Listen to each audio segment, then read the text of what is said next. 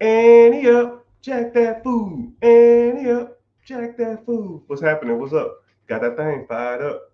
Hope all is well. Welcome in, welcome in. We getting started. We going live and direct all over social media. Welcome in. We're streaming live from Facebook, YouTube, two Facebook accounts, which Facebook be on. I be on the naughty list. YouTube, welcome in. Instagram, I see you. Twitter, Twitch, two Instagram accounts, and YouTube and TikTok. But welcome in, everybody.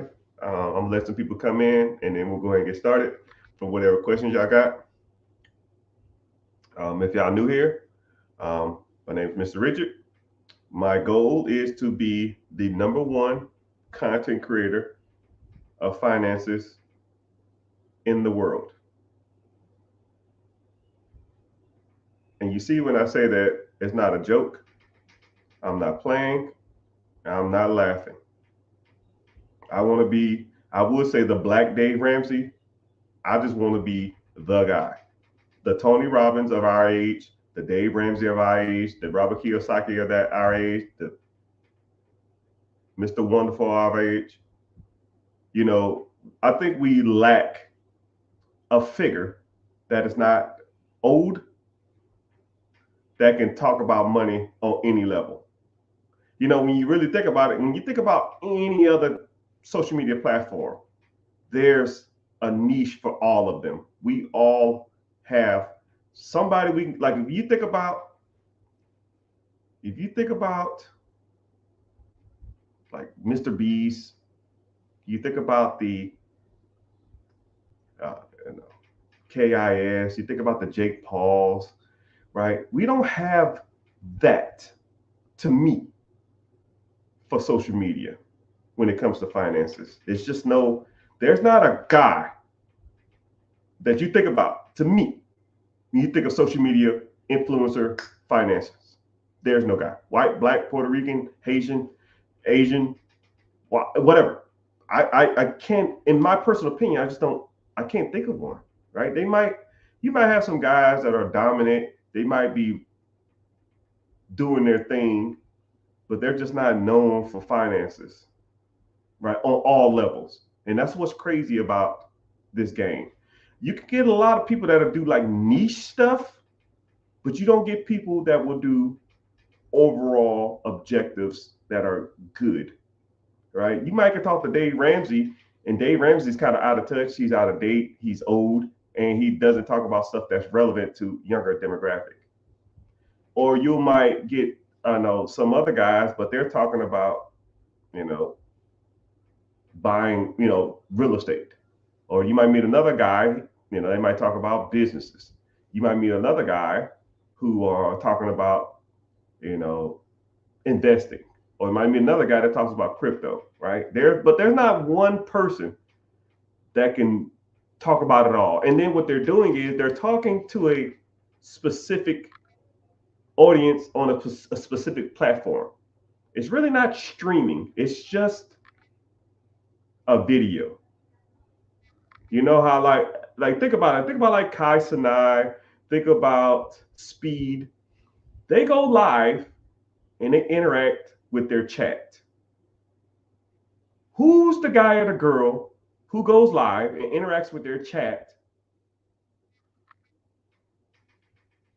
on live social media, right? They might make some videos and stuff like that. Someone said Dave Ramsey teaches consumers how to be more responsible. Yeah, being more responsible doesn't make you rich. Being responsible means that you have a paid off house at 65 years old and a couple $100,000 in a 401k.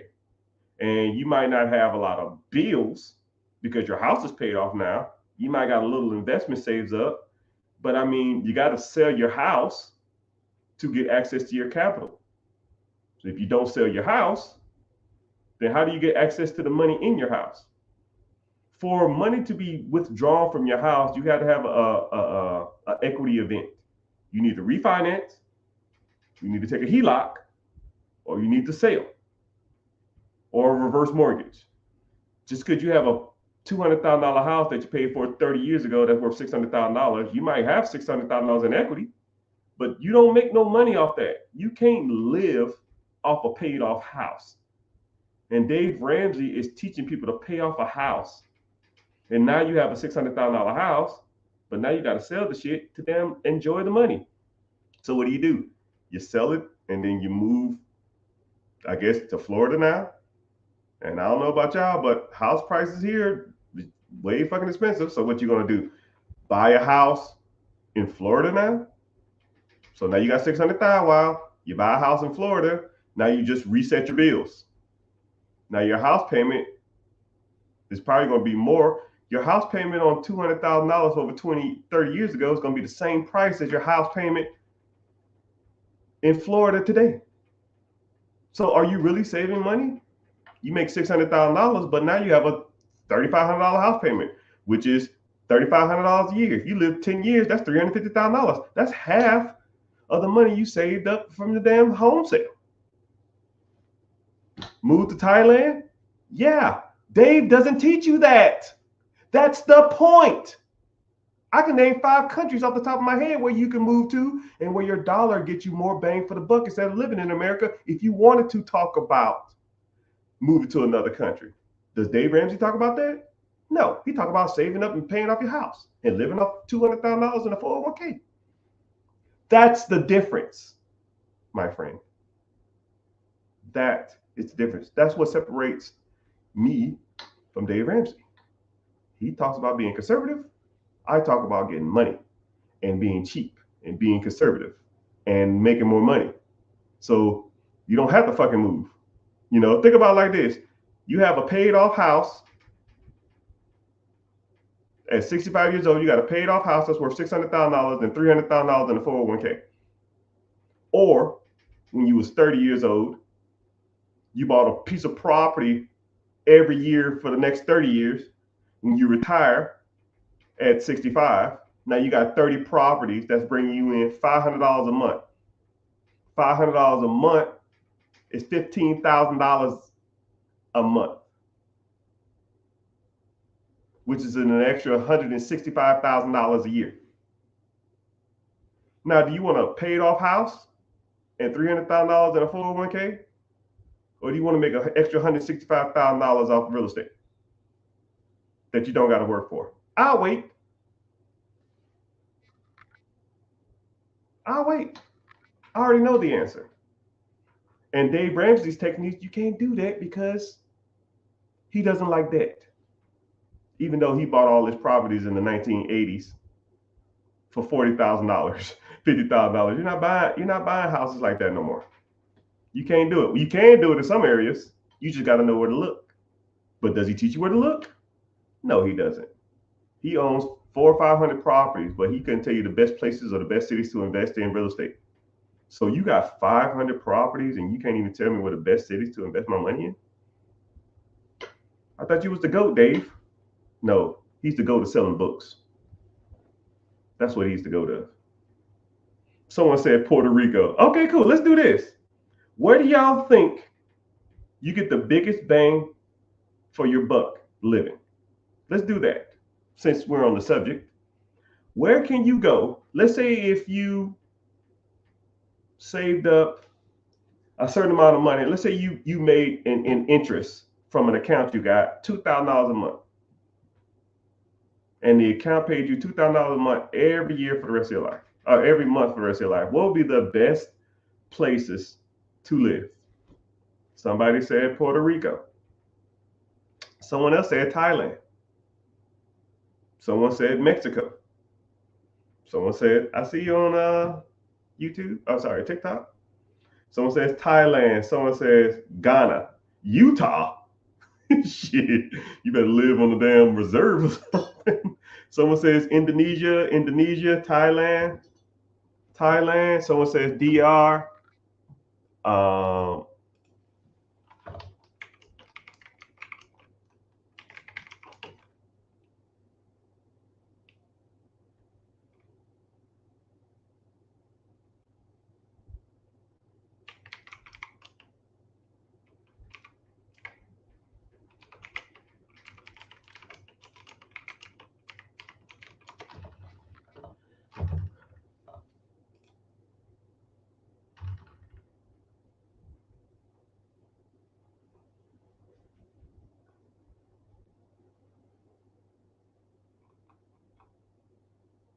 I'm gonna see if I can look some of this stuff up. There is a list that I read in a book. I'm trying to see if I can find it because I want to give y'all the best information when it comes to it. I remember it off the top of my head. So it's a book called The 4 Hour Work Week. If anybody's ever read it before, give me like a dollar emoji or something in the chat. But in the 4 Hour Work Week, it was a guy who learned to live off 4 hours a week. And what he did is he moved around the world and tried to find the best place to live. So, anyways, moral of the story is someone said Vietnam, someone said Cambodia, El Salvador, Philippines, Brazil, DR, Panama, Thailand, Philippines, Mexico. God dang, y'all on it. Haiti, Thailand. So I want you to think about this too. There's a balance between wanting to live somewhere that's very inexpensive and your quality of life. You know, I'll say something like El Salvador. El Salvador is probably really, really inexpensive to live. Now, is El Salvador a place you want to live though? You know, some places like Nicaragua or something like that, it's going to be very inexpensive to live, right? But if I'm walking down the street and I see like drug cartels and stuff everywhere, or some guerrilla militant group driving down the street with like jeeps and guns everywhere, that ain't where you want to be. You know, damn near anything that ends with a stand, I ain't trying to go. Afghanistan, Pakistan, or anywhere that they fight over Holy Land, I am good, right? I don't want to be nowhere near those places. And then some parts of Mexico or South America, you want to stay away from too. You know, but there's, if I had to name them off the top of my head, I can't find the list. But there is a list. If you ever read a book called The 4 Hour Work Week, he breaks down a different book. He breaks down a different list of places that you can live. So from his personal experience, and I know this from experience too, because I've been all over the world, and I've traveled in a lot of different places, and some places are way cheaper than others. Singapore, very, very, very inexpensive to live there. Very inexpensive, right? You can easily live $2,000 over there. Singapore, Thailand, some parts of India, but not all. That's if you want to live in India. A lot of the Pacific Islands, kind of get like the Thailands, you can do it. Vietnam, but Vietnam is kind of run down, and there's not a lot of like wealth there. So I don't know if you want to live there. A lot of places in Europe, some parts of Germany, some parts of Italy, some parts of Greece. I know for sure if you're an American, if you understand these words that come out of my mouth, you're more likely American. If you go to like, I think it was some parts of France, they will give you a house and give you a stipend of $2,000 a month just to live there, because there's not enough people to keep up the infrastructure of the community. I don't even know if y'all even know that. If anybody ever heard that before, put like a dollar emoji or something in the chat. If there are countries in Europe where there's not enough, I want to say Iceland too, or Ireland. There's a lot of places. Yeah, Italy. Yeah, there's places in Italy that'll sell you a house for $1 because they want you to take over the infrastructure of their homes, because, you know, once you live in a home, then they can charge you taxes, and no one's living there, so the land makes them no money. It's just the empty houses. A lot of people are leaving those areas because they want to live in like the city. So, you know, America is cool and all, but until you start looking at some of these other places that's out here, you got to really start thinking about the bigger picture of your livelihood. You know, if you can live in a villa somewhere that's, 6,000 square feet, and you have 20 acres of land, you got your own cattle, you got your own livestock, you got your own vegetation. You might be 20, 30 minutes from the city or something. But I mean, is that the life you want? I think a lot of people just need to really sit back and think about the things that they want in their lives and then trying to kind of go from there. And a lot of people don't think of it like that.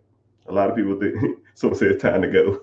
A lot of people don't think about it like that. A lot of people don't think that, someone said, okay, so here we go. Someone said Australia, Denmark, Zurich. Zurich is a little expensive.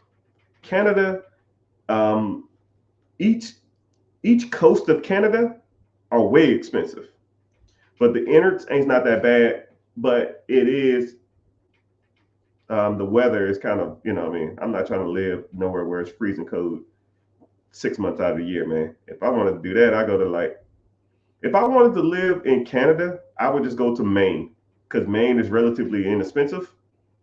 Vermont is relatively inexpensive, and you're still in America, and you get the benefits of like the nature up there, if that's what you want to do. The Netherlands, they love black people there. So if you're a minority, they love you. They almost look at you like a celebrity. Like they're just like, in Germany too. If you ever get a chance to go to Germany, they almost look at you like they've never seen. They love your accent too. And I'm like, what accent? I'm like, I just talk regular. No. You talk one. You just have an accent. I'm like, all right, whatever, man. But you never know until you start going up there. But yeah, I'm kind of on a. If you decide to live in a country, where would you live for the next 5 years? Yeah, let's do that. If you could live Serbia, I don't know. Serbia sound that's like close to Russia or something. I'm good, man. Screw that Russia stuff.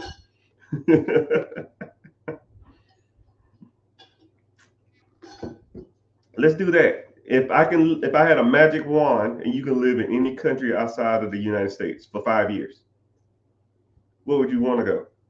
Right? I want you to start thinking outside the box. Reason I say that is because I just don't want you to. I just don't want you to think that this is the know all be all. There's a lot of free countries out there. There's a lot of countries out there that treat their people better than America. You go to Europe, you don't pay for health care, right? It's all universal. It's all prepaid. You pay your little $2 copay, and then you get whatever medicine you want. Pharmaceuticals is not ridiculously expensive. Someone said, I bet Ukraine is fairly cheap nowadays. Shit, I bet it is. I'm good. Costa Rica would be nice. I don't want to live on an island for so long, though. I've been there, done that. That shit gets boring.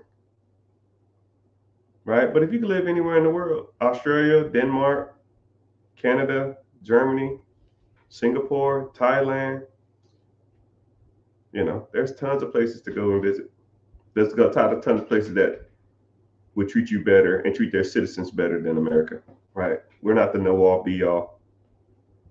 And we actually don't even lead the world in a lot of things. Actually, I think, you know what America leads in statistically?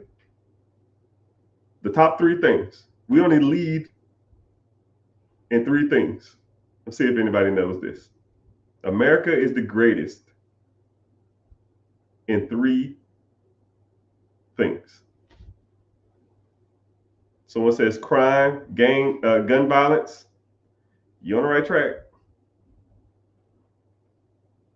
Racism, yeah. Someone said military spending. Someone said alcohol, drugstores, opportunity. Hell no, it ain't no damn opportunity. Oh man. Incarceration. Y'all on the right track. I'm a U.S. vet as well. Appreciate you, sir. What was your FSC? What was your job? I did 22 years in that hellhole, and I'll never go back. Entertainment, no, it's Uh,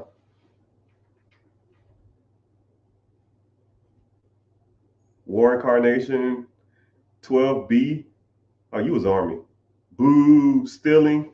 No, number. I want to say okay. It's incarcerations.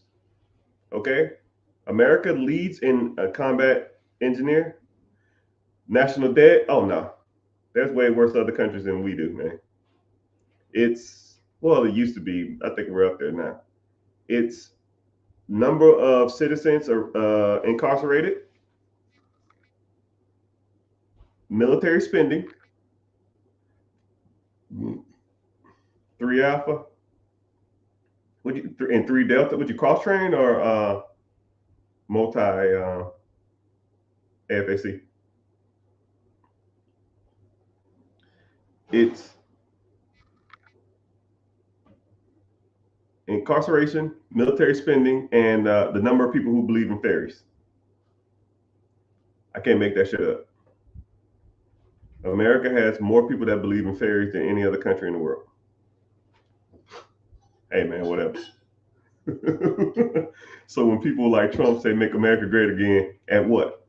Believing in fairies, or military spending, or people in jail? I don't. Now I don't hate. I don't. I try not to talk politics because I don't believe in none of that shit. Because I believe I learned about. I learned about. I learned a few years back that the whole politician game is a joke.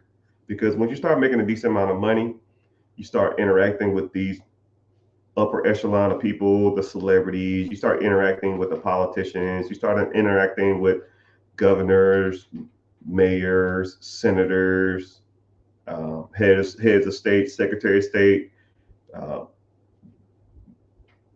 joint chiefs, and all kind of stuff, and even the vice president and presidents. You start interacting with these type of people, and you realize that it's all a show. It's so it's a big joke. It is a big joke. But hey, whatever. What the hell do I know? It is a joke. But I think I was talking about that earlier too to somebody. I said that how like you know like once you start, I don't know, man. I give you the greatest example. It's politicians is like WWF or wrestling. I'm gonna go old school because I'm just an old school guy. Like Hulk Hogan comes out and he gets the microphone. He says, "Hey, Ultimate Warrior or Stone Cold Steve Austin, I hate your guts. I'm gonna kick your ass when I see you. You are an idiot. You're the dumbest person I've ever met. I wish you'd talk trash to me." And then Stone Cold Steve Austin music comes. You hear the glass breaking, and here comes Stone Cold riding his like little scooter down to the ramp, right? And then Hulk Hogan runs out the ring, and then he grabs the mic and he says, "Yo, you're an idiot. You're dumb too. I hate your guts. I'll kick your ass." And then like Hulk Hogan gets in the ring and they stand off and square off. And then here comes The Rock. Rock got to jump in and give his little 2 cents, and then they're fighting, right? Then they all go at it, right? It's a three-way match, and the bell goes off. The first one that gets pinned or something like that wins. And they just fighting for an hour, and then you're entertained, and then one person gets pinned, and then there's the fucking show, right? And then hey, the Hulk Hogan won, or the Rock won, or the Stone Cold won. And then after the show, they go backstage and they say, "Oh man, that was a good pin, man. I got I actually lost a little consciousness at like 10 minutes in, but I stayed in there." I said, "Yo man, I noticed you was slipping. It's all good. How your family doing?" They doing good. How your wife doing? Okay, cool. I'll probably see y'all later on. I come over there this weekend. All right, that's fine. And then I actually went to an event when I met a lot of wrestlers and I was backstage because my best friend was his dad was a wrestler. And I went backstage and these guys are talking to each other like they're regular people. And I was like, what the fuck is going on? You said last week that you hated his guts. And y'all over here talking about going to dinner together? This is bullshit. I was mad as hell. But it's the same thing when it comes to politicians. They hate each other on that stage. But as soon as they get backstage, they're damn near BFFs. Let's go get a beer. Right? And then this is what's so crazy about it. Politicians or wrestlers, whenever they retire, they'll sit there and talk to each other about how, like, they'll go back and talk about the olden days, like the Rock is like the Undertaker's retired, and all these other bigger wrestlers are retired, and they'll sit and talk to each other on like a forum or something. Hulk Hogan's retired, and Ultimate Warrior's retired, and they'll sit there and talk to each other like they're BFFs, and they'll talk about, oh yeah, I remember I came out there and you was talking about pin me, and I was like, nah, man, I can't pin you yet. We ain't been on here too long, and they'll be talking about how, like, it's just fake. The only difference is they talk about it. Politicians don't. That's the only difference, right? But I don't like talking about politics because I started losing people in the group. But just know it's all a joke. All of it's a joke. You can be, all of that shit is bought, and right. And then I just said this earlier. Let's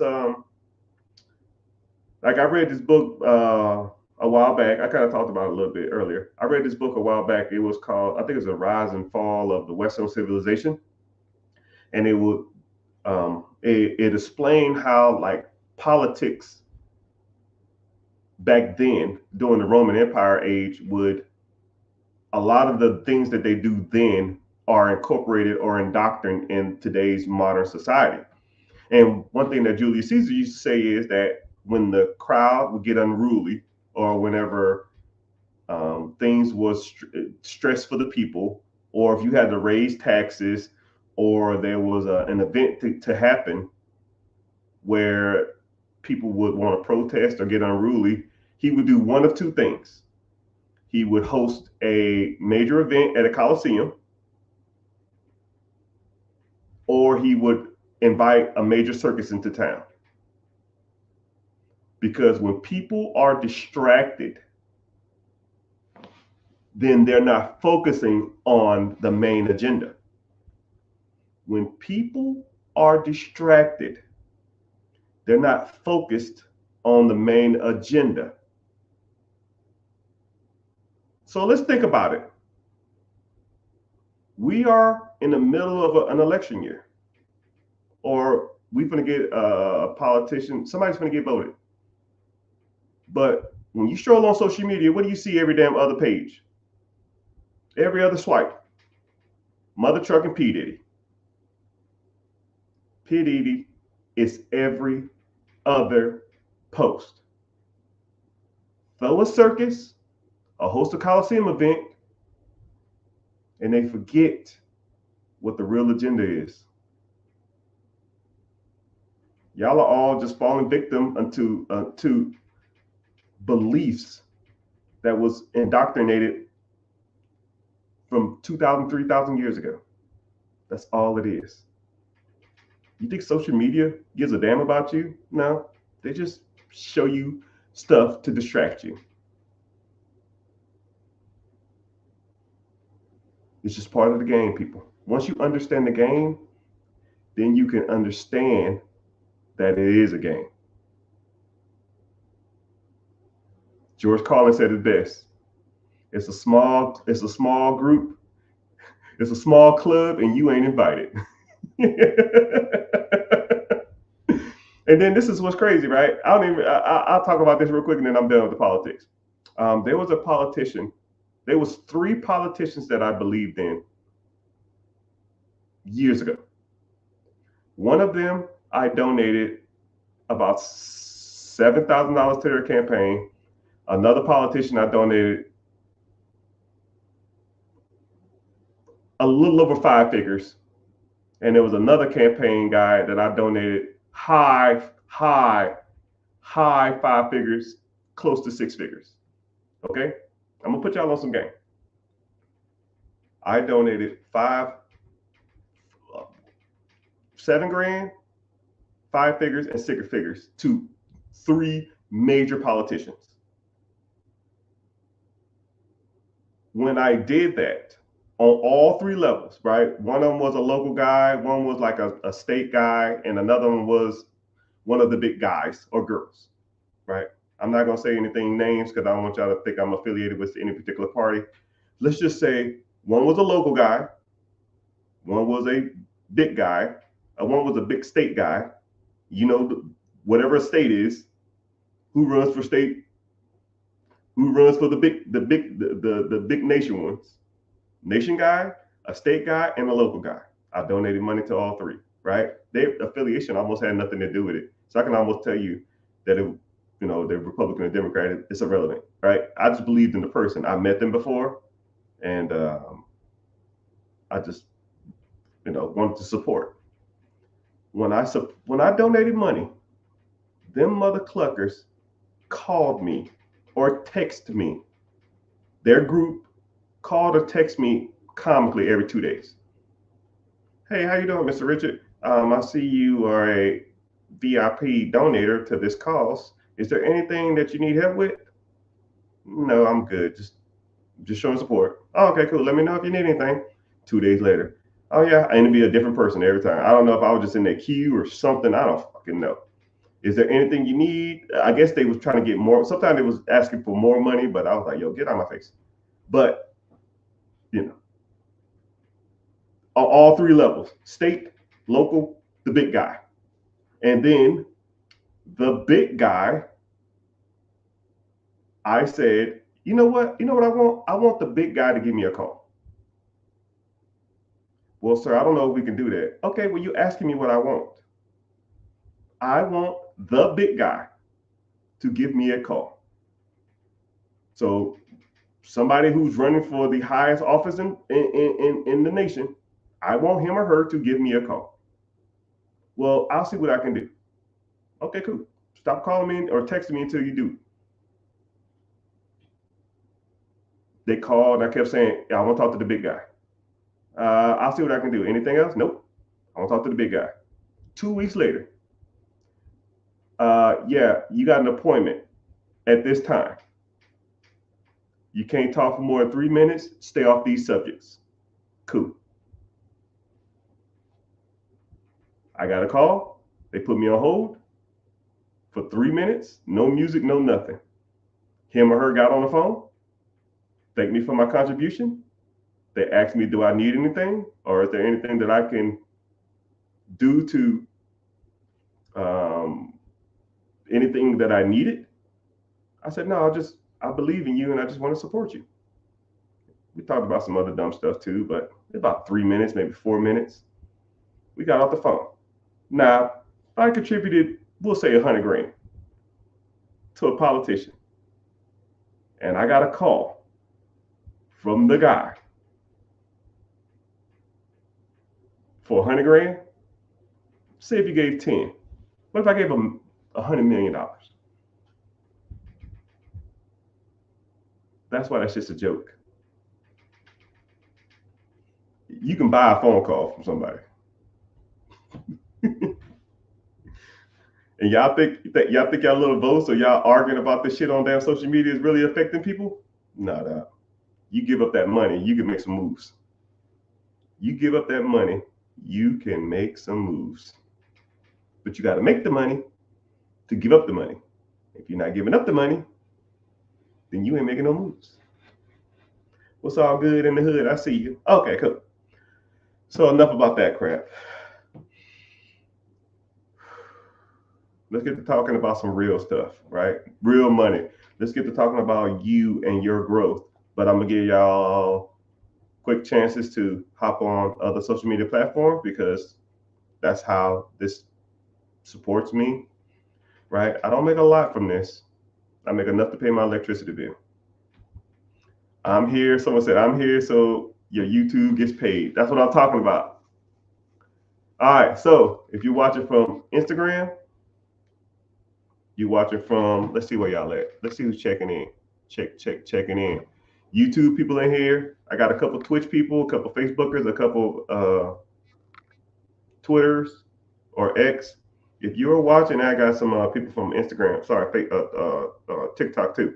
If you're watching, click the link in the bio. Watch or go to or search The Rich Get Richard on YouTube. Watch from there. it really helps out me, right? I'm not like a thank you type person. Well, I try to be. I'm kind of a people's person. So I appreciate when people are here, right? But I don't really say thank you a lot, but it really helps me out a lot, right? Well enough because I know if I get that platform pushing more, the more people I have there, the more it pushes me and my objective to become the guy or the girl who streams all day long. Yeah, I could almost, if that was the case, I could almost just sit here and do this all day if it paid me enough. Like if I would get some Kai Sanai money, I'll sell every piece of real estate and business I got and just sit on this damn thing all day. But I don't think I would be there. But that's the objective. Everybody should have a goal in life. Okay, what's happening? I see you. Yes, with multiple E's, I see you. Supporting black businessmen, just support, period. Right? I try not to look at it from a like minority or a female or male perspective. Right? I don't care. I support whoever needs to support and who's ever trying to affect or change the outcome of the modern day thinker. I think that's what's the main objective. Oh my gosh, you're live. I've been trying to reach you for so long about your extended warranty. Man, I thought you were about to say something fun. Say something for real. And also, too, somebody said join the free class. Yeah, I got a free class coming up this Wednesday, 9 p.m. EST. Links in the bio. Takes 10 seconds to sign up. Go there, sign up, man. Come to the free class. But someone say podcast. I need to do a podcast. One thing about me is that I can fill voids of time fairly easy. I don't need to be fed. I don't need to be guided. I just talk. Sometimes I might come off a little randomly rambling. Sometimes I feel like I'm rambling, but I try not to. But I appreciate you for being here. But I see what you're saying. What's up? Can me and my wife move to Mexico with $2,000? This is what you do. Like I said, there's a book called The 4 Hour Work Week, and in the 4 Hour Work Week, an individual said he had a certain amount of money, and he wanted to move out of the country, and he wanted to live off his interest. So this is what I would do. If you had $20,000, this is what I would do. One, if I had 20 grand and I wanted to live out the country, I would own a business, real estate, and or get a job that I can work remotely. Okay, you ready? You thinking? You hear me out?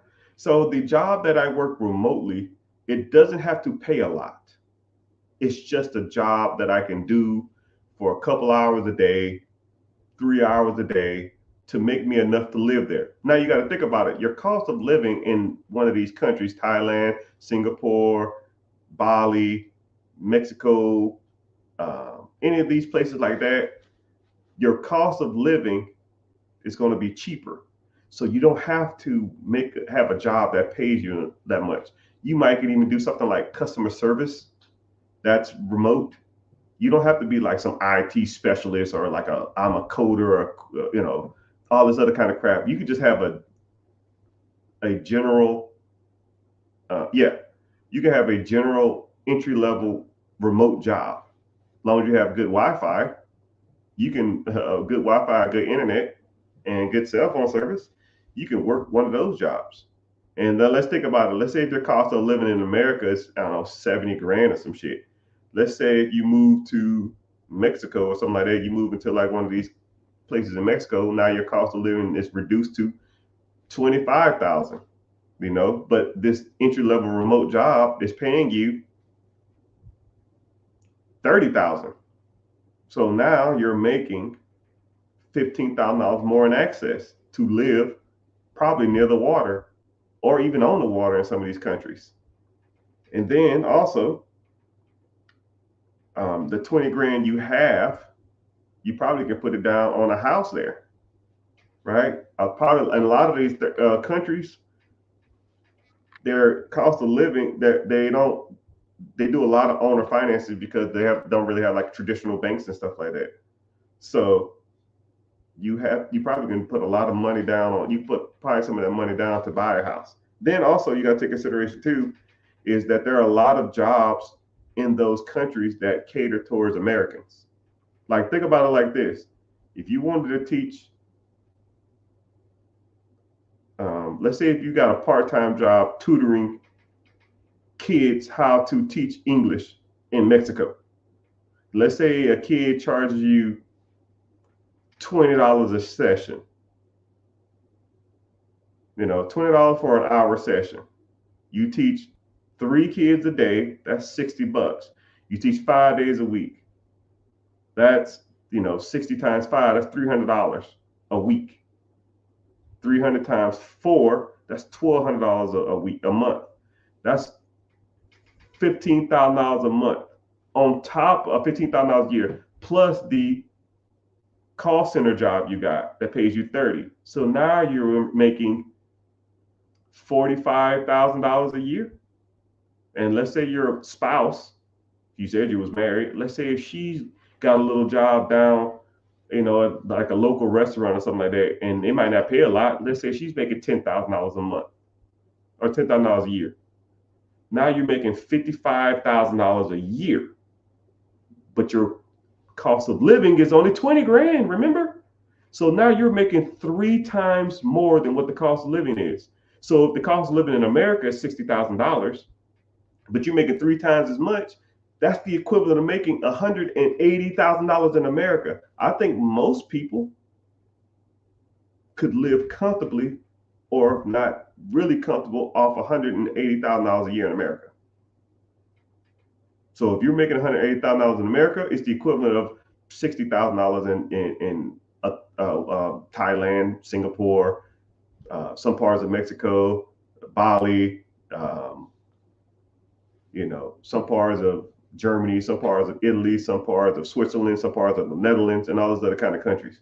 So think about it like that. And I honestly, and I'm not trying to tell you what to do your research before you go, but you can almost just, if I was super serious about it, I'll just pick a date and I'm out. Fuck this place. Save up some money, get enough to live off of for like 6 months, find the best place to live, the best cost of living, and bounce. And just go for it, right? If it don't work out, just come back to America. Who gives a fuck, right? I mean, lost and found. You found the job you got. If you lose it, you get another one, right? Let's say if I fired everybody on this app right now, right? What do? Sit and pout, complain, bitch? No, you find another job. Lost and found. You lost that job, you find another one. It's the same thing. You go to Mexico or Thailand or Bali or any of these other countries you want to live in. Find a job there. People work all over America, all over the world.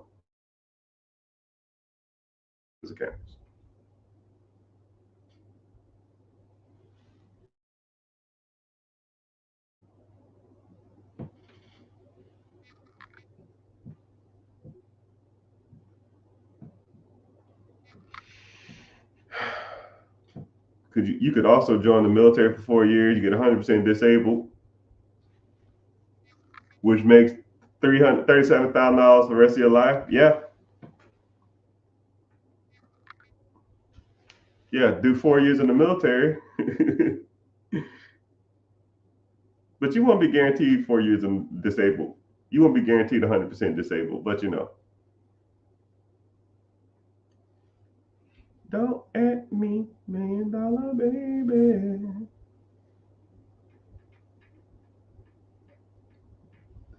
It's type hard how a day to find an official remote job. I don't know about that.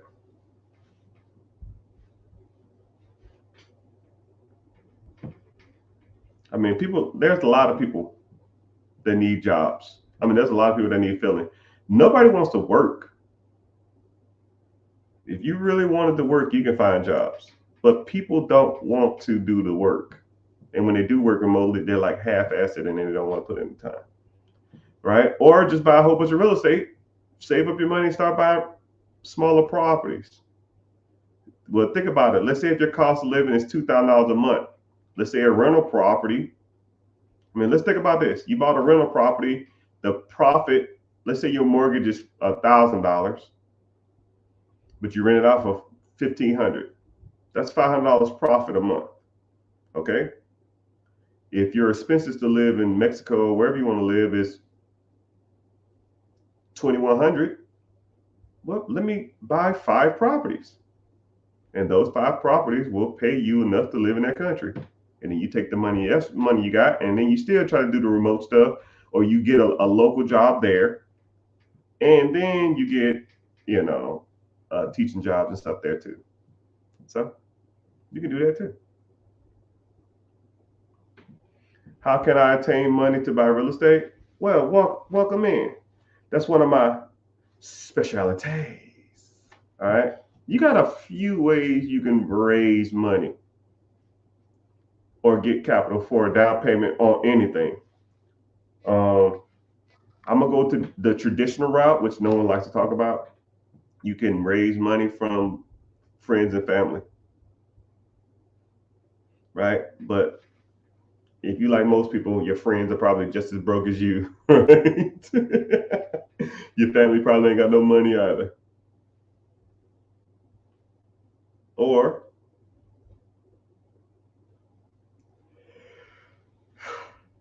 if you don't have money, your friends and family ain't got no money, you can find investors to invest in, which there's multiple places that you can find investors, right? Am I going to get into it now? Not really, but yeah, you can find multiple investors, all right? And I'll even put you on this game. You have what's called an accredited investor or a non-accredited investor. A credited investor is somebody who has $1 million net worth, who makes over $250,000 a year. A non-accredited investor is anybody who doesn't make anything over $250,000 and has a net worth of less than $1 million. So when you are talking to an individual and you're trying to get them to invest with you, if they're non-accredited, you can't ask them for money. But if they are accredited, you can ask them for money. But the SEC, the Security Exchange Commission, has a really gray area on what a friend is. So if you interact with an individual and before you talk about money, you establish rapport and you establish a friendship prior to you asking them for money, then you can ask a non-accredited investor for money. Okay, so for example, I don't know y'all name. I'll pick a random person here. Hey, Mr. John, how are you doing? I'm doing great. How are you? I'm doing great. Can I get on a phone call with you? I just want to, see how your day going and seeing what's new in your world. Okay, cool. Hey, Mr. John, how you doing? You doing good? Yeah, I'm doing great. Okay, cool. Where you from? I'm from Africa. Shit, me too. What part? Djibouti, right? Yeah, Djibouti's beautiful this time of year. Blah, blah, blah, blah, blah. La di da di da. Do you golf? Yeah, I golf too. We should hang out and golf. How's your family? Where they from? Blah, blah, blah. Okay, cool. I just want to establish a little rapport with you, see how you doing. I don't really want anything. If you need anything from me, let me know. Cool. Click. Hey, Mr. John. We had a great conversation, man. We talked for like an hour about random stuff, and I thought it was really interesting. Just thought it was pretty cool, and just saying hey, and I enjoyed talking to you. Click submit. Now we're friends. Hey, Mr. John, what's happening? What do you do for a living, just out of curiosity? Oh, cool. Well, I'm a real estate investor. I invest money, and I'm actually have a fund that I'm trying to raise capital for. If you're ever interested in it, just let me know, and I can give you some ins and outs about it. You've already established rapport. They're already your friend. Now you can ask them for money. So there's the difference between an accredited investor and a non-accredited investor. And that's how you establish rapport with somebody to make them your friend so you can ask them for money. And now I don't need to know if they're accredited or not. I don't really give a shit. I don't need to know their net worth. They want to give me $100, $1,000, $50,000, $1 million. We're friends. So their net worth and their social status is irrelevant, or their financial status is irrelevant. That's one way on how to raise money, right? Now, if you want me to sit here and talk all day about raising money, I can, but that's why you learn from people like me on how to raise capital. And if you want me to raise capital from the banks or the private institutions, we can do that too. There's multiple ways you can raise money for real estate, but you need to learn. And who's teaching? Ding, Mr. Richard, of course. You want to learn more? Click the link in the bio, join the free class. Say word, word.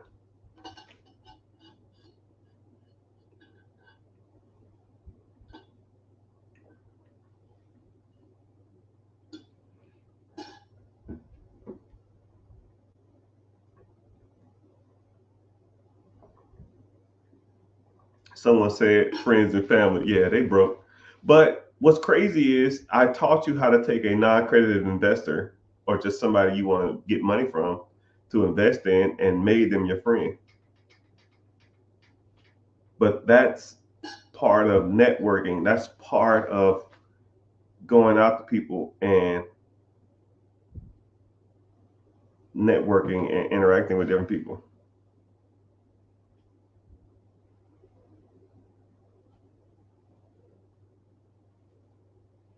See, just like somebody in the chat asking for money.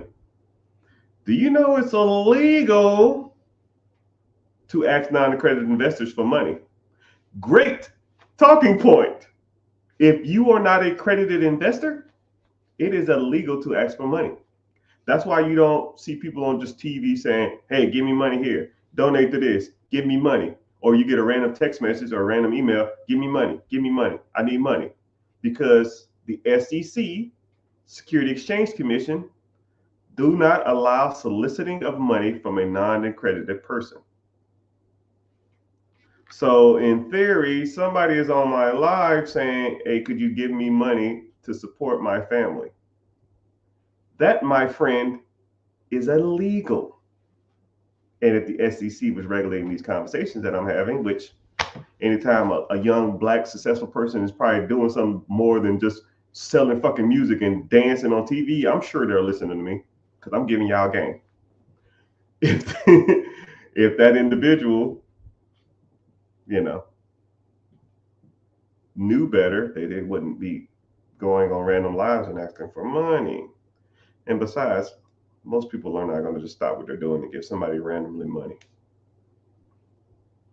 First of all. Second of all, you already, and then I'm gonna put you on some game. And a lot of people don't want to hear this, but I'm gonna put you on, even though you probably just came in here, left your message and left. I have a weird saying, and it's gonna sound insensitive, but it is the truth. I never have pity for people who bring stuff upon themselves. If you have a problem, you should be able to figure out how to get out of it. You made the bed, now you lay in it. Now, I'll tell you like this. If that individual who asked for money and me swap roles, 3 years' time, like I would give them everything in my bank. I would give them everything in all my income. I would give them all my businesses. I would give them all my real estate. I would give them all my investments. I would give them all the houses, all my lifestyle, all of it. 3 years. They'll be right back to where they are. And I'll be right back here. It's actually proven in a book. They actually did a study at Cornell, proved that in about a 5.5 year period, if all the money was split up and divided up amongst everybody and dispersed equally amongst everybody, 5.5 years, everybody will be right back to where they are. Because people who do the same shit that they're doing now, they're going to continue to do.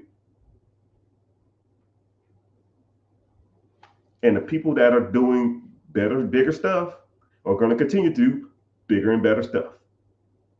You took all my money away and gave me $100 and a pickup truck and a cell phone. I'm gonna continue to buy real estate. I'm gonna continue to buy businesses. I'm gonna continue to invest in the stock market. I'm gonna continue to be conservative. I'm gonna continue to not spend all my money on bullshit. And I'm gonna continue to do the same shit I'm doing today. And the person who asks for money or the person who looks for handouts are going to continue to look for handouts. They're going to continue to look for ways out of stuff. They're going to continue to ask people for money instead of trying to go work for it or get their own bag.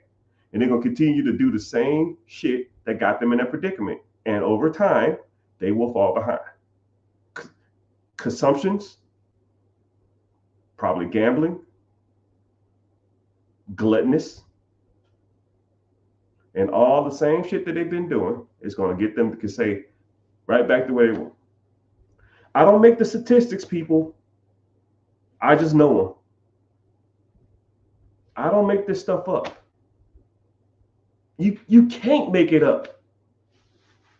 You think about it like this. Every time you get your income tax money, if you get income tax money, and you say, yo, when I get my income tax money this year, I'm going to do better.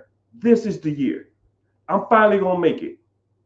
And as soon as you get that income tax money, 3, 4, 5, 6, 7 weeks later, it's gone. To paying bills, take a vacation, pay off some debt, get caught up on a car payment, get some new tires, the same old shit. And then, man, where'd that money go? And then next year, I'm going to do this again, right? That's 10 years from now. You do the same shit every year for the last 10 years, and you're not getting anywhere. Why? Why? Because you're doing it wrong. No one's taught you that that's not how shit gets done. Money that you can afford to take to zero, you need to invest, not pay off bills and take fucking vacations. Or get your kids Gucci and Louis and Fendi and Prada or the latest basketball shoes or the latest you know what's crazy is I know motherfuckers are broke, but every year for Christmas they got every fucking PlayStation toy game, everything under that Christmas tree. When I see these kids in school, they got the latest Jordans, they got the latest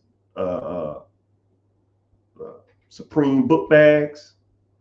The kid be having the freshest haircut. I was in Walmart the other day. I seen a fucking 6-year-old kid with a pair of Jordans on. I seen a 6-month-old kid with a pair of Jordans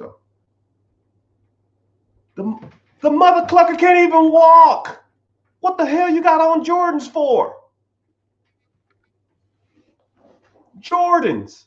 They will literally grow out them shoes in the next 6 months. And then I looked up how much baby Jordans cost. They're like $40. You got the cleanest kid on the block. And then I'll see that kid, they have a polo outfit on. I'll put that at $40, $40. I'll see 30-year-old, 6-month-old kid with a pair of Jordans. That's another $40. They have a little bracelet on. I get that a couple $100. They got a little necklace on that say their little nickname. Man, Bug, June, little rail, little pump, little dump, little whatever that bullshit say. They got $400 damn necklace on. This kid walking around with $600 worth of shit on. Ain't even said mama yet. But that kid clean though. That kid is super clean. But then the mom don't know where the next paycheck gonna come from. Who priorities are wrong? And then when that kid gets older, all they're going to associate value with is items. Gucci polo, Hellcats, necklaces, grills. I was on social media the other day and the dude was like, yo man, 2 more payments and I can finally get my grill off layaway. You're saving up to put gold in your mouth.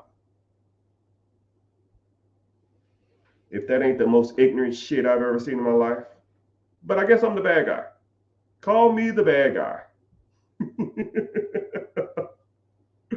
Oh my goodness. How about 2 more payments So you can. I got 2 more down payments so I can buy this house. How about 2 more payments and I'll have 6 figures in my investment account? But the bad part about it is it had like 30 likes. I don't know what's worse, the motherfucker who put it or the motherfuckers who was liking it. It's crazy. It's nasty out here. It's it's crazy work out here. It's nasty. But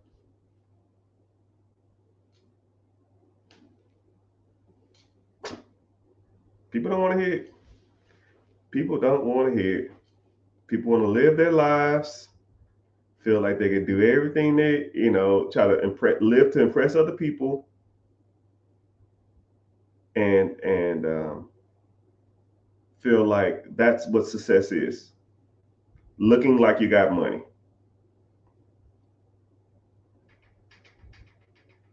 Looking like you got money is why the majority of African Americans will never have anything in life.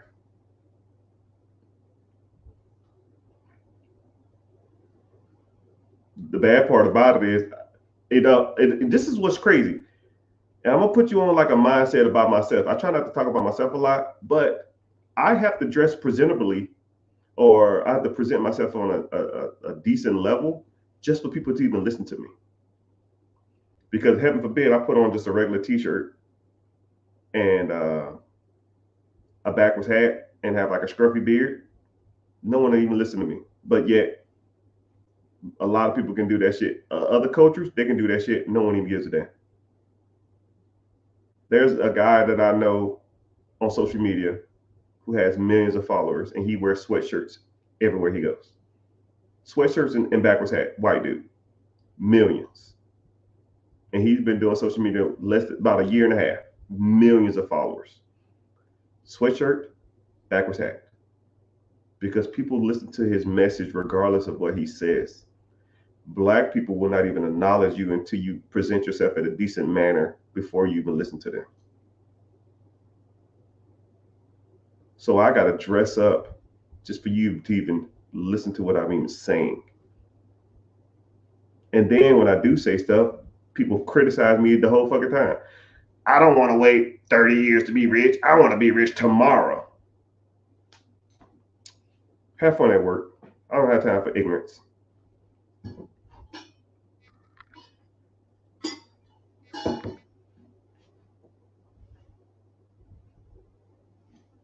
Someone said, "Who's still buying grills?" Oh, buddy. Shit. Them shits are huge. You must let me see. Yeah, your profile picture look white. Yeah, you're a white guy. Black people love that shit. Grills, necklaces, jewelry, Jordans. Gucci is a little played out now, but Louis, any of that shit, man. There's a lot of designers that I've never even heard of, but people be wearing that shit and be spending $300, $400 on a pair of jeans that just has a whole bunch of rips in it. And I'm just like, yo, bro. Right? I guess maybe when you're in high school, when you're just young and dumb, but anything beyond, I'll even kind of give you college too, somewhat. 23 or after college, that shit's over. We're done with the damn designers, unless you got it. If you ain't got the money, we're done with it. And even when you got it, it's even pushing it. Even if you got it, it's still even pushing it. But it is what it is, man. It is what it is. But I hate feel like I'm rambling. What questions y'all got, man? Let's talk it up. I feel like I'm just beating down people. I don't like to beat down people. I'm here to encourage, motivate, and inspire, and guide y'all upon y'all journeys. But every once in a while, you gotta let people know y'all are messing up. You are messing up. For the individual who was asking for money, listen to this if you're still in here, which I doubt. I want you to get off here. I want you to go get a good night's sleep. Okay? Because because tomorrow will be the first day for the rest of your life that you're going to get to work. You get you a pad and paper just like this, and you carry that shit with you all day long. And I want you to write ways you can make money in this book. And I don't want you to do any of them for a week. This is your planning week. Things that you can do. This goes for everybody too. Things that you can do to make extra money. Right? And coming onto people's lives and ask for money ain't the answer. Right here. So I'll even give you some answers. You can walk people dogs. You can babysit people dogs. There's an app called rover.com. I know a person whose full-time job is to take care of people's dogs. They go over to their house, they watch their dog while they're out of town. They get paid $300, $400, $500, $700 a week just watching people's dog.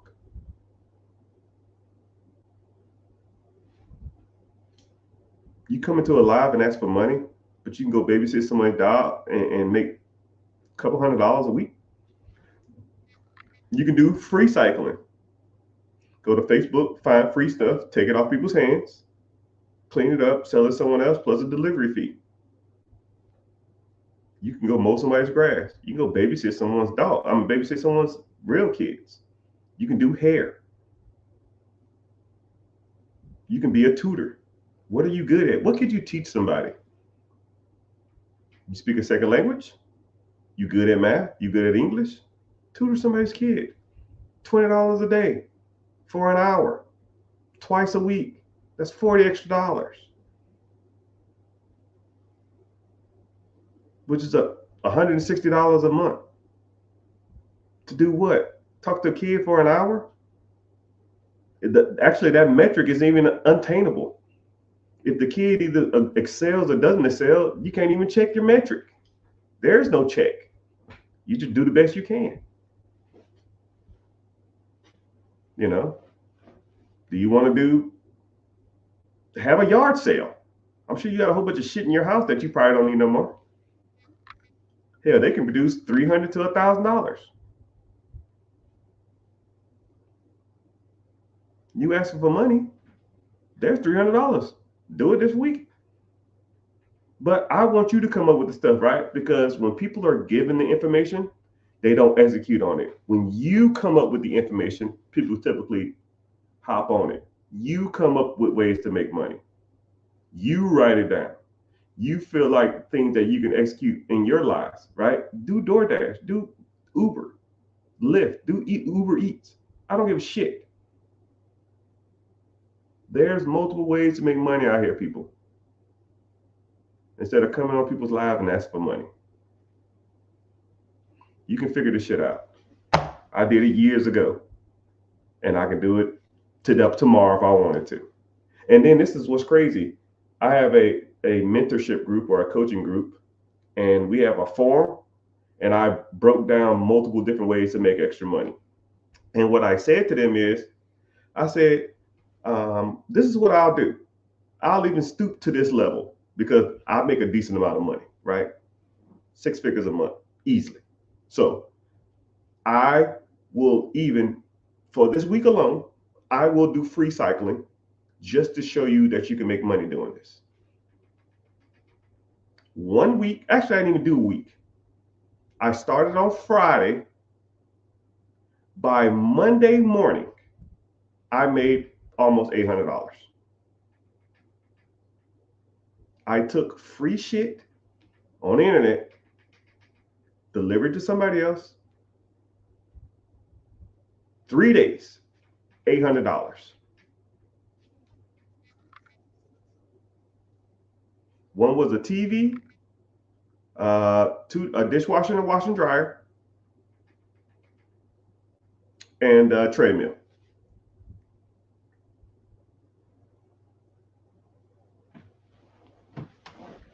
I charged $50 to deliver it, and I got it all for free.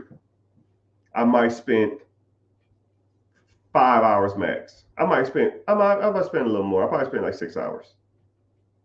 6 hours for $800. That's $150 an hour. I think it's $150 an hour. No, $125 an hour, something like that. Yeah, $125 an hour. Now, who in here makes $125 an hour? Raise your hand. Who in this chat makes $125 an hour? If you don't,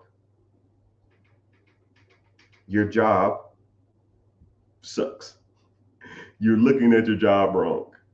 If I can make over a weekend $800, you are spending your time doing the wrong shit.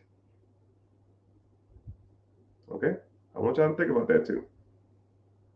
I do Uber and Lyft part-time. Cool. How much you make? If you won't mind me asking, I'm just curious, right? Because I like to throw those out there because I like people to see other people doing stuff, especially if it's part-time. And then I will say this too. What are you doing with that extra money? That's when the rubber hits the road. Right. I had a good friend who was doing flipping. He had, I don't know where he got them from. Some crackhead sold him 4 brand new 70-inch TVs for $400. And he sold them for like $500 a piece. He made almost $2,000. But he took all the money and spent it on rims. Someone said I make $250 a day off Uber and Lyft part-time. But an individual just came in my live and asked me for money. Don't ask for handouts, ask for a way out.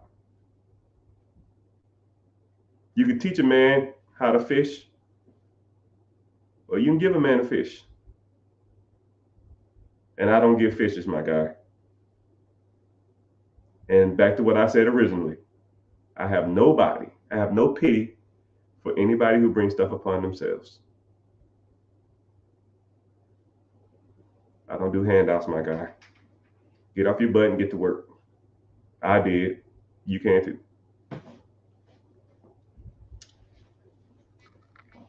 Yeah. Pretty easy, right? But yeah, man, what y'all got for me, man? Y'all gotta talk, man. Come on, man. I hate rambling. I hate feel like I'm beating y'all down. I need some questions, preguntas. For example, I worked 4 hours and made $120, $120, 9 rides. 5 hours, $120. That's what? $25 an hour. Right? You got some taxes and some fees or something in there, but I mean, still. Versus what? Sitting around watching football? Come on, people. I need a girl who's ride.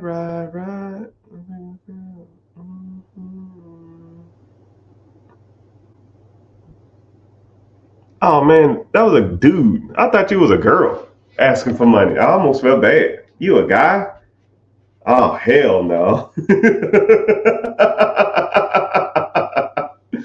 Man, I give no man hands ups. You have everything in the world to do. You have every opportunity in the world to get ahead. Now, if you was a woman and you was in like a home for like abuse or like neglect or something like that, or your parents kicked you out, cool. I kind of give you a little leeway. A grown man asking for money, man, you don't get the hell out of here with that. Hell no, I'm good. If someone else wants to, you got it. Yeah, I almost felt bad. I thought it looked like in the profile pic, I thought it was a girl. That's a grown ass man. Man, hell no. Someone said, have I ever heard of the Jewish financial Bible? Yes. Um, Not the Jewish financial Bible. There's a guy who talks about it on social media. His post always gets deleted. Look up the Jewish. Is it the Jewish financial Bible or the Jewish financial 10 Commandments? If you watch that, that's pretty good. Like it's like indoctrinating from Jewish people to learn these 10 rules about Jewish people, how like they always help each other, they always take care of each other, they always give back to the community, they always lifting each other up, they're always investing. It's nuts. It's such a good mentality to have, and a lot of people don't think like that. I want to invest, but I don't know where to look to start to look. Yeah, you're in the right place. That's what we talk about here, my guy. But if you want to learn more, you want to break down some details because I don't know what kind of investing you want to do. I don't know if you want to get into real estate. I don't know if you want to get into buying your own business. I don't know if you want to start a business. I don't know if you want to get into um, 401k, IRAs, mutual funds, ETFs, stocks, bonds, crypto. I don't give a shit. Whatever you into, man. We talk about it. Man, I got something in my mouth, man. I keep spitting it up. Someone said, I don't know which one to truly focus on. Yeah, all of them. Right? This is the easiest approach. If there's 3 doors, let's say there's 4 doors, okay? One door is cracked, one door is closed, one door is locked with 4 padlocks on it, and one is locked with barbed wire around it. Which one are you gonna open up first?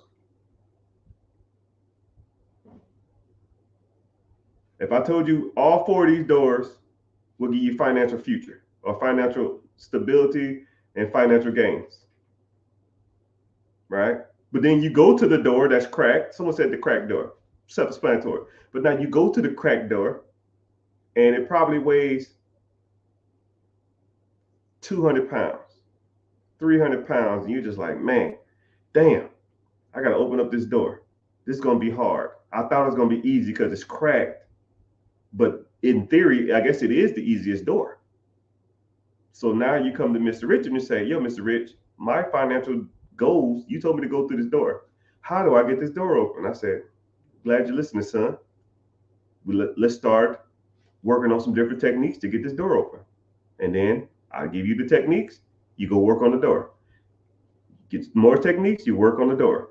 More techniques, you work on the door. And slowly but surely, that door is going to start opening up more and more and more and more, right? It ain't got to open up a lot, just enough for you to get in. And once you get in the door, and then you'll see, wow, I'm in here now. This is crazy because now I see a key. Then you're going to walk to the end of the room. You're going to grab the key. And now, while that door is open, you're going to go to the next door. Only thing that was restricting you at the other thing, the door was just closed. And the door was locked. But now you got a key. Man, you say, hey, Mr. Richard, you think I'm ready for this door now? I say, well, you got this far. Let's take the next step. Now you open up that door. And it's going to be just as heavy. But you know how to move a heavy door because you've already worked on that. See what I'm saying now? If you're tracking, you're picking what I'm laying down. So now the door was locked, but now the door is not unlocked. But now you already know how to move a wedged door. And then you get in that door, and now you can see in there, now there's like 3 more keys and barbed wire cutters.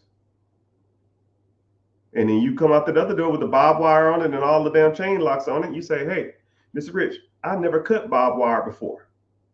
And I say, okay, let's learn. Don't stab yourself. Let's go get some gloves. Let's get some protective equipment on.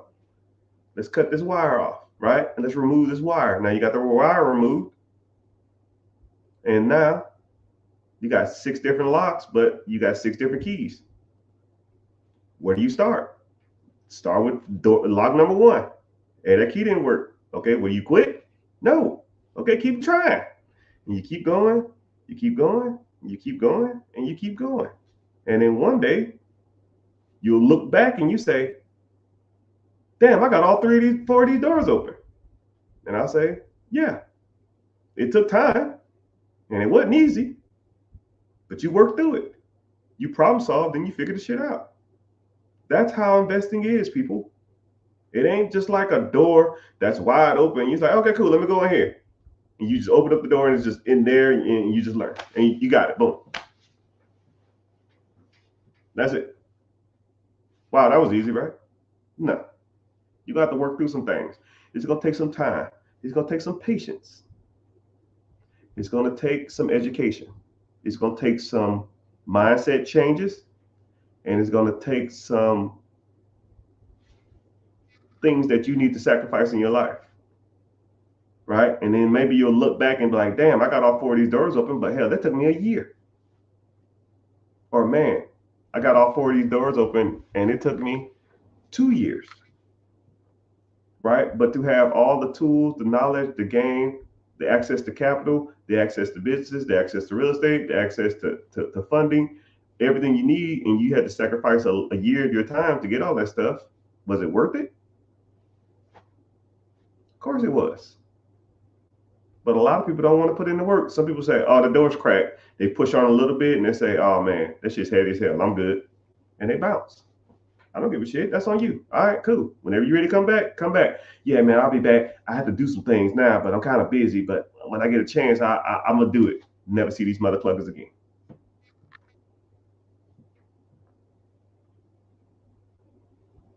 With all this technology, do you think getting into animation, is it a good business to move forward? Yeah, I guess so. But I'm kind of old fashioned, man. I like to buy stuff that makes money. Right? I don't want to get into something where I got to dump money into it. It's about as simple as it gets, man. I want you to hold out. You don't have to physically do it, but I want you to hold out both of your hands. Right? And this is about the simplest analogy as possible. If you can't process this analogy, right, maybe I'm not the guy for you. Hold out both your hands. When money comes into your account, okay, say you went out and worked 40 hours this week and you made $2,000. I don't fucking know. Now, that $2,000 is going to go somewhere, right? Somebody said on here they live in check to check. Some people say they ain't got enough to live by. There's not enough to make money. Hold on, I'll even quote what the individual said. Hold on, let me get there. Someone said, I have a job. I'm just underpaid and I live check to check. Okay, I'm literally reading that quote. I have a job, but I just live check to check. Okay, when your check comes in, 2 things are going to be consumed, or 2 things are going to be purchased, or 2 things are going to be allocated. Your funds are going to be allocated in 2 different ways. 1 and 2, A or B, up or down, yes or no, black and white. It's not, there's no middle. It's either one or not the other. Things that make you money or things that take money out your pocket. There's no gray. There's almost no neutral. When you get your paycheck, let's say it's $2,000 a week, or let's say $2,000 a month, or $2,000 a year, it don't make a difference. When you get your check, is money going? When you buy something, is that thing you buy or consume or use or purchase, whatever analogy you want to use to where your money goes, is it making you money or is it taking money out your pocket? Making money, taking money out. And if the majority, let's say 100, you get a $2,000 check and $2,000 of your check, someone said I live check to check, is all your money you make buying stuff that doesn't make you money? If the answer is yes, you are, for lack of a better term, and I try not to cuss because I try to be respectful, but sometimes cussing puts a lot of emphasis on stuff that normal words can't. You make $2,000 a month, and all $2,000 a month goes to nothing that makes you money. You are fucking up.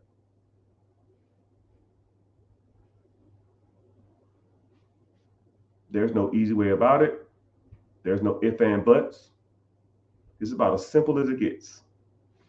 If you make $2,000 and $2,000 out of your account every month, and nothing was purchased that makes you money, or gonna make you money in the future, you are fucking up. Well, my car makes me, no. And this is the easiest definition to understand. If you stopped working, right? Take that $2,000, $3,000, $4,000 income you make a month, a week, a day, or whatever the fuck it is, take it away. Does your car put money in your pocket or does it take money out? Well, it helps me get to my job. No. We're not going to do that. Does your car put money in your pocket or does it take money out? Well, my car works up. You see what you're doing? You are justifying your misthought logic. A person is telling you what to think and and how to go about it, but yet you are justifying your bad decisions. If you stop working, does your car put money in your pocket every month or take money out of your pocket every month? If the answer is yes, then that was a bad purchase.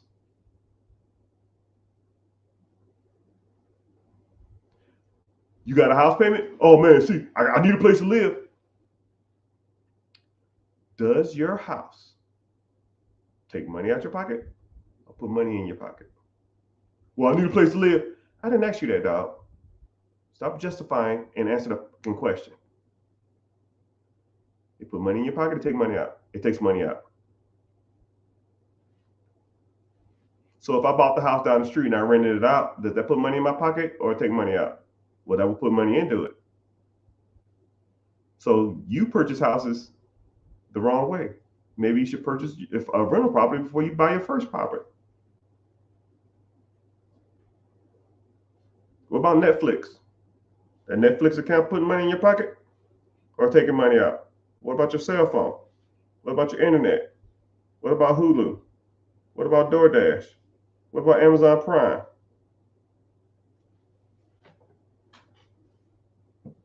Man, I can do this shit all day. What about Time Warner? What have you purchased this month that puts money in your pocket? If the answer is nothing, you are messing up. If you ever wanted to know, I'm somewhere in the range of about 70 to 80 grand, about 60 to 70 grand a month of investing. About 70 grand goes into investment accounts a month for me. This is not a game, y'all. This is not a game. Now, I easily could have just keep a half of that, 35 grand, go get a Hellcat, go get a Scat Pack, go get some Lambos, and all other kind of shit. But some people focus on the big picture. Some people look at the big picture, right? To me, the Lamborghini and Scat Pack, Hellcats won't give me value. When I walk into rooms and people know who I am and they respect what I'm saying because I have a significant amount of money, that brings me value, not things. When I'm known as the number one content creator of money because I'm sitting on a net worth of $100 million, self-made, homeless, living in the car, no silver spoon, no handouts, and I'm lining up public speaking events every day for the rest of my life. That is value. Educating people on a small scale, even the 100 people I got in here now, to 1,000 people crowd, that gives me value. That's why I do this. Not to impress people with silly little vehicles. Think bigger, people. Think bigger. Think bigger. Because no one gives a shit about your little BMW competition.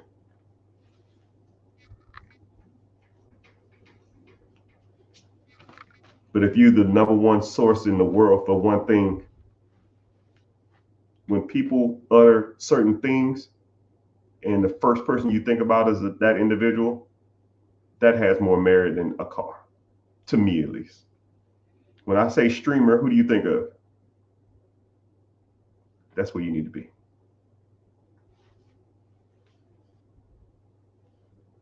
When I say TV preacher, who do you think of? That's where you need to be. When I say professional athlete, who do you think of? That's where you need to be.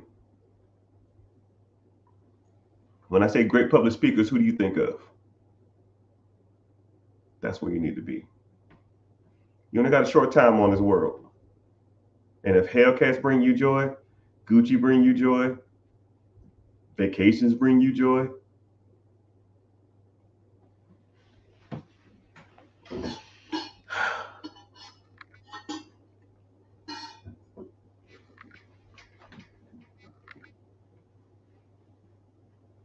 I guess.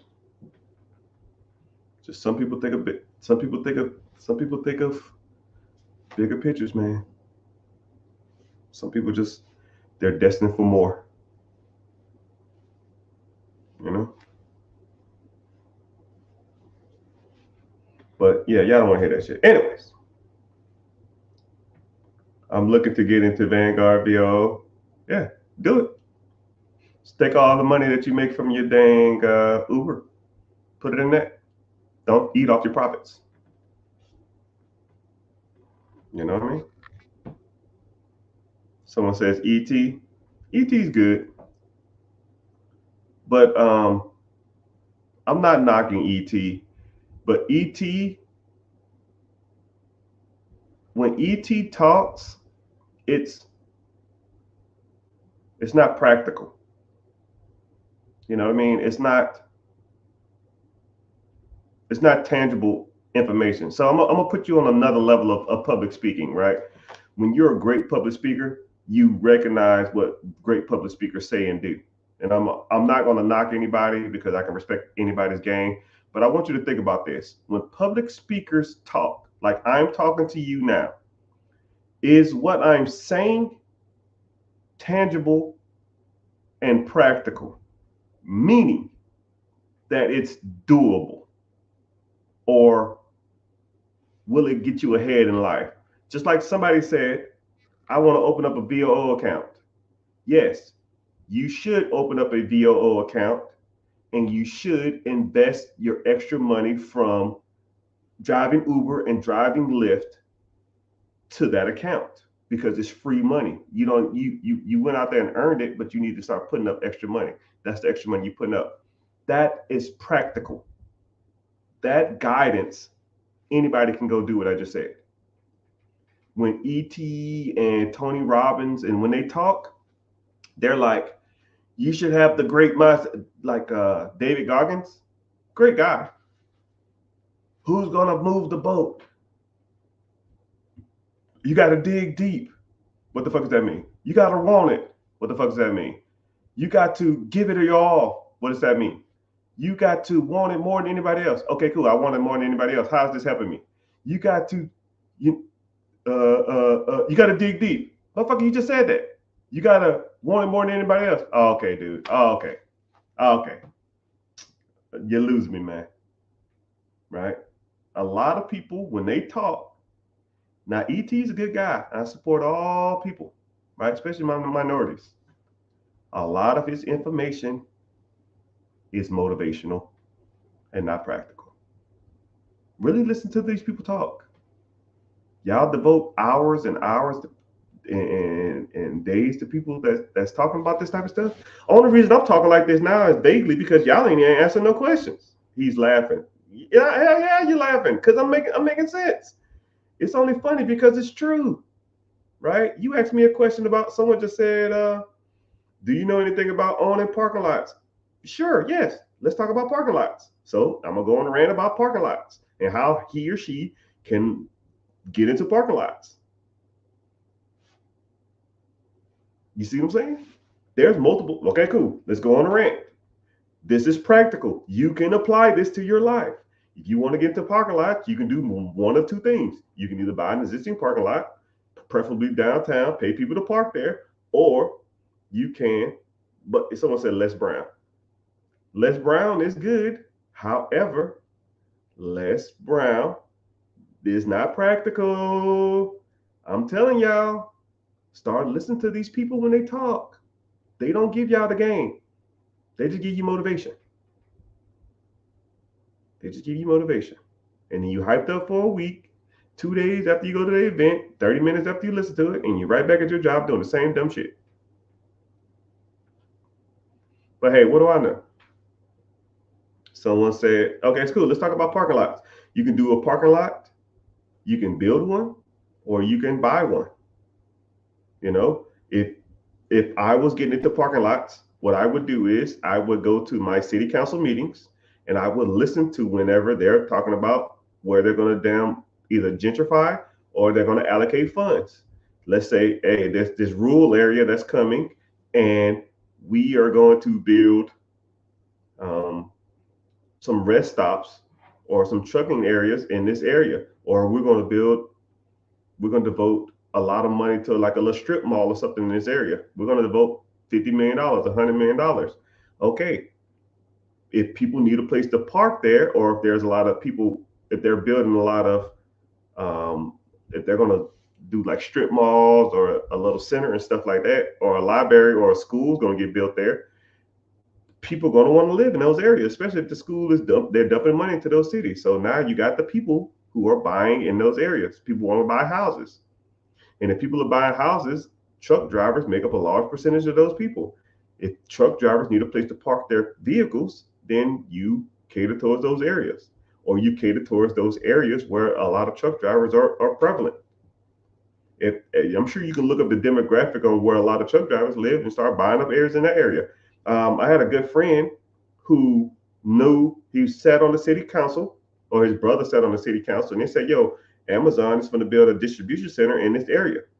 So what he did is, and he was after they was building, he noticed like a lot of the trucks was parked on the side of the road. So it was like a 4 lane highway, and all the trucks was lined up on one side of the road, having to wait to get into the parking spots. So he said, "Well, shit, I'm gonna buy a fucking lot across the street." He cut it down and he paved it, and then cars started parking in his lot. And then he said he went to Amazon and said, "Hey, yo, y'all cars are parking here, right? We'll do this.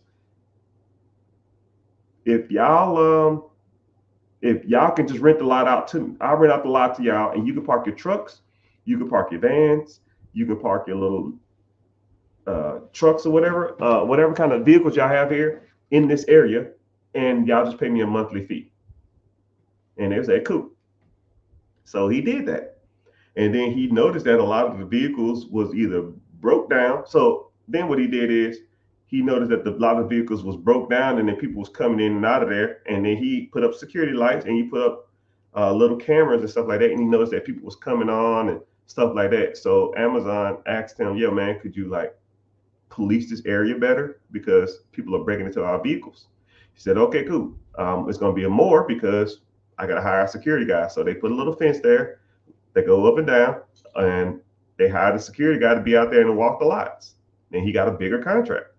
And then he noticed that people was coming on to repair the vehicles. So he said, "Hey, y'all got a guy to come on and repair all these different vehicles. Y'all got 5, 6 different guys coming on these lots. Why don't you just give me the contract? I own a I own a maintenance company. I own a maintenance company. My maintenance company will um, service all your vehicles, service all your 18 wheelers, and will service all your Amazon trucks, right? And we'll do the maintenance. We just pay a flat fee for the maintenance. But if you need any detailed work, we'll just bill you monthly. But we'll do all of the basic maintenance contingent upon how many vehicles you got." And we'll say, "Okay, cool, deal." This guy didn't even have a damn. He didn't have a company. So what he did is he went out and bought one. He went to a guy that was selling one right down the street, and he bought it. And he told everybody in here, "Yo, man, y'all wear what y'all want to in here. And that's what y'all was doing before. Every car that's in here now, we're going to get rid of. We're not servicing any more regular cars. We are an Amazon affiliate, and only thing we're going to service is Amazon cars. And then he had to tow the vehicles back and forth, so he went and bought a towing company too. So now all he do is service Amazon vehicles and service their 18-wheelers if they need them from a parking lot. And all he did was identify there was a parking lot needed in an area. Now that parking lot now makes him roughly about $2 million a year. And all he did, he saw a need. So what do we learn here, people? About parking lots. And that's the difference. Les Brown is good. E.T. is good. Tony Robbins is good. David Goggins is good. It's motivational. That is practical information. And anybody can go out there and use that information to apply it to their lives. That's the difference between me and them. And that's why I will be the greatest motivational speaker when it comes to finances in the world. Mark my word. Say word. Word.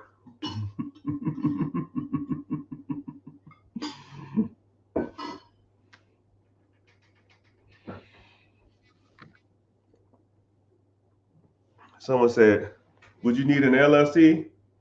Yeah, you don't need an LLC to do anything, but I would have an LLC or S Corp or C Corp or sole proprietorship to do whatever you need to do. But it's your world, man. But you need the stuff, man. Thoughts on active duty military having a real estate license? You don't need it. I bought and sold hundreds of properties with no real estate license. If you want a real estate license, you can do it. What are you in, man? What branch you in? Mr. Corey? Mr. Dean? Don? Dean? Dillon? I'm about to get off here in a minute. I've reached my quota. Empty trailers can also be used as real estate. Now here we go, more practical information. Trailers don't hold their value. They're almost the equivalent of a car.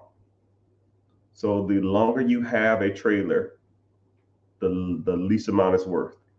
The trailer is not worth a lot. A lot of times when you buy real estate, the land that it's on is worth anything. So I'm not gonna go super in detail, but I'll tell you this. If you want to buy trailer homes or mobile home parks and all that kind of shit like that, if you want to get into mobile homes, if it doesn't have land, it's not a deal. Mobile homes at the parks, the parks charge you $600 a month just to be there or some shit like that. $500, $200, $500, $600 a month to be there. They're making all the money. If your trailer is on your land, then you make the money. Bing. Someone said Air Force. Yes, sir. You see that? You see that salute? You know, you can tell when people in the Air Force, if you ever want to know if anybody ever was in the United States military, ask them to salute. If anybody ever salutes, and they do look like this, they do like anything like this, like this, like this, like this, any of that weird shit. No, here we go. So take these two fingers and you put them right at the tip of your eyebrow. Okay? Take your hand out and you tilt it at a 45-degree angle. This is the proper military salute. This arm has to be flat. Boop. With a hat, same two fingers, it goes right here. It's one of my pet peeves when I watch movies.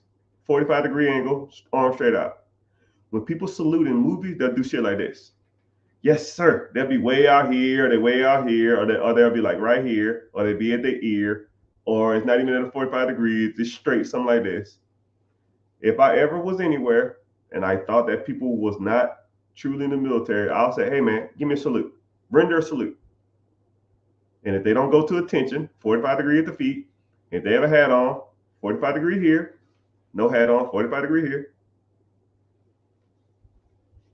You can tell you was Air Force when you say Army. Yeah, the real branch. Chair Force, homie. Anyways, yeah. First of all, you need to be maximizing your TSP, Roth, not traditional. But I can't tell you what to do, but I can tell you what I would do. If I was still in the Air Force, I'll be maximizing my 401k, not sorry, my TSP. And I would get into my allocations on tsp.gov and download the free app TSP, Daily TSP.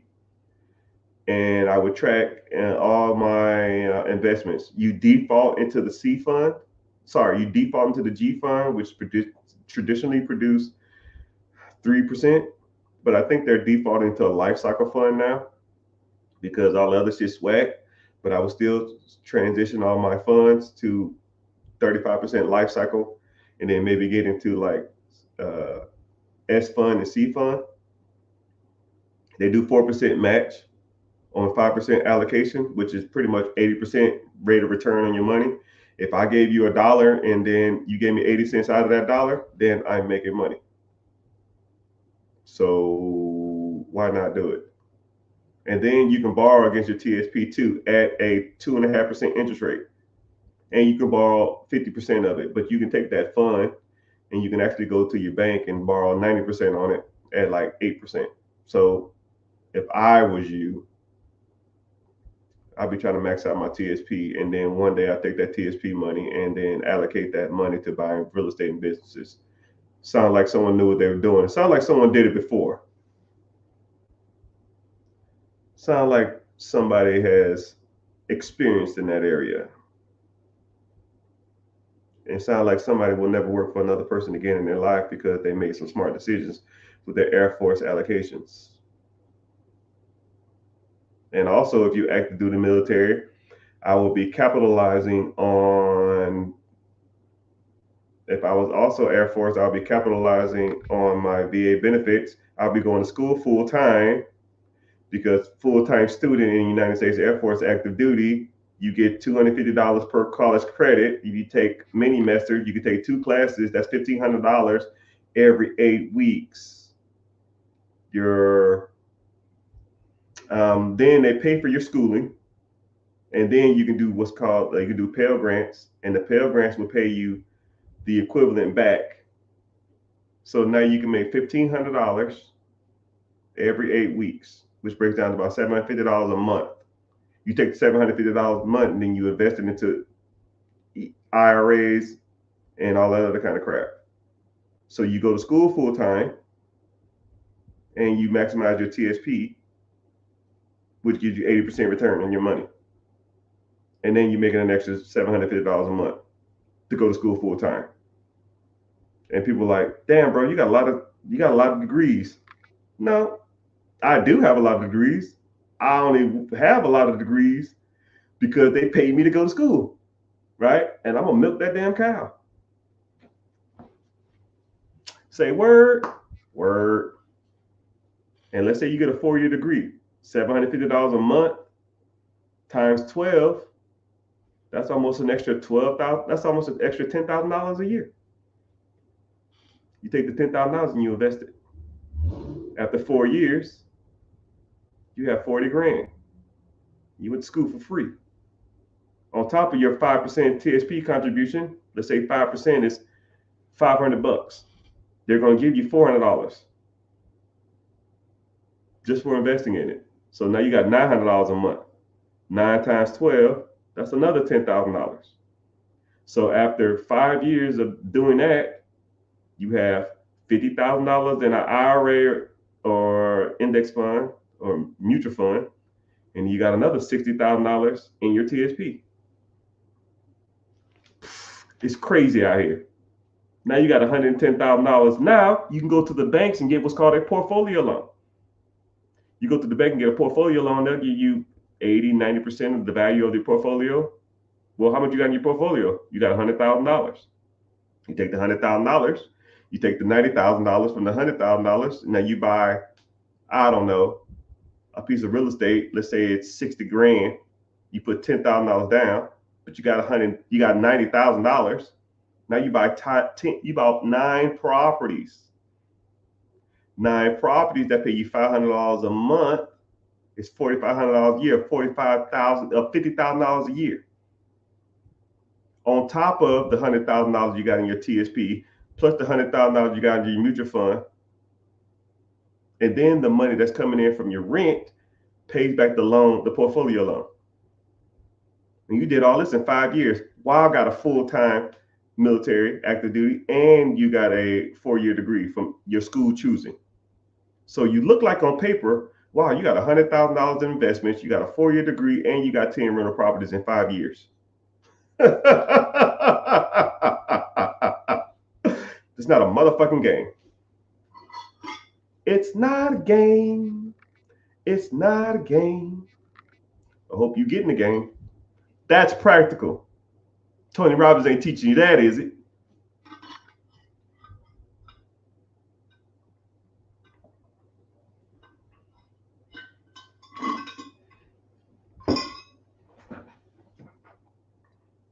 But it's been real. It's been fun. It's been real fun. I wish I could sit here and talk to y'all all day, but I can't because time is money and I get no money for being here. But except on YouTube. If you're following, make sure you're following on YouTube. If you newer here and you find like value in any of this stuff, please make sure you're following. Click the link in the bio, join the free class, right? This stuff that I teach y'all for free ain't even a smidget of the stuff that you'll get. If I give you value for free, practical value, not some of that bull crap, Tony Robbins crap, like that motivation, dig deep, find it within. Dude, that shit's sometimes garbage. It has its purpose, but for the most part, it's not that practical. But if you find value in this stuff and you're entertained and you want to learn more about these processes and these systems, click the link in the bio and join the free class. We're giving out the game. You just got to want to take it. Hope to see y'all there. And if not, oh well. Maybe it's not your time, but I'll be here. Because like I said, I'm going to get on these lives and give our game and hook y'all up until I am the #1 guy or girl in the world at this. About simple as it gets. Simple as it gets. But hope you find value in this. Make sure you like and follow it, and see you on Wednesday. If not, oh well. Don't make me no difference because I already got mine. I gotta get mine, but you gotta get yours. I already got mine, but it's time to get yours. I gotta get mine. I gotta get yours. I gotta get mine, but hey, you gotta get yours. Later, dudes.